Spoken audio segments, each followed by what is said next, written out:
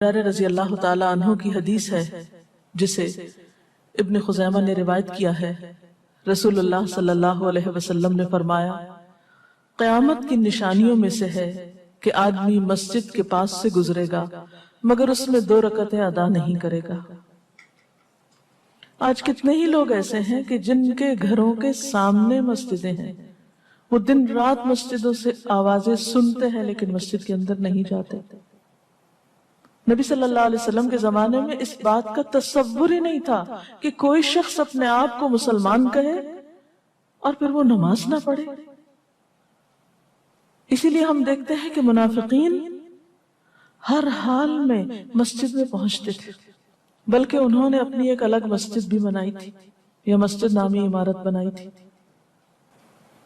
لیکن قیامت کے نزدیک مسجدوں کے پاس سے گزرنے والے مسجد نہیں جائیں گے۔ ایک اور حدیث میں آتا ہے، حضرت انس فرماتے ہیں رضی اللہ تعالی عنہ کہ اللہ کے رسول صلی اللہ علیہ وسلم نے فرمایا، لوگوں پر ایک ایسا دور آئے گا کہ ان میں اپنے دین کی حفاظت پہ صبر کرنے والا اس شخص کی مانند ہوگا جو آگ کے انگارے کو اپنی مٹھی میں تھامنے والا ہے۔ یعنی دین پر استقامت اور دین پر عمل اتنا مشکل ہو جائے گا بعض اوقات کہ جیسے ایک انگارہ ہاتھ میں لینا کہ انسان نہ لے سکے اور نہ پھینک سکے۔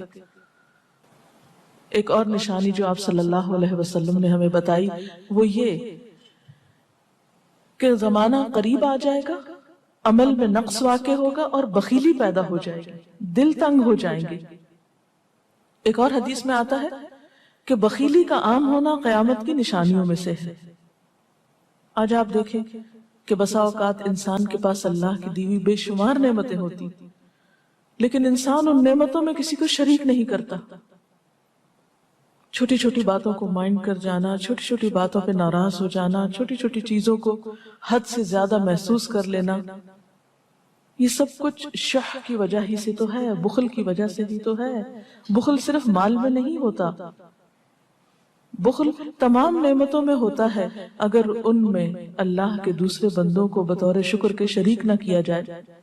ایک اور حدیث میں آتا ہے، مجمع الزوائد میں یہ حدیث روایت ہوئی ہے، رسول اللہ صلی اللہ علیہ وسلم نے فرمایا کہ لوگ سخت اور بخیل ہو جائیں گے، یعنی ان کے دل سخت ہو جائیں گے اور ان کے اندر بخل عام ہو جائے گا۔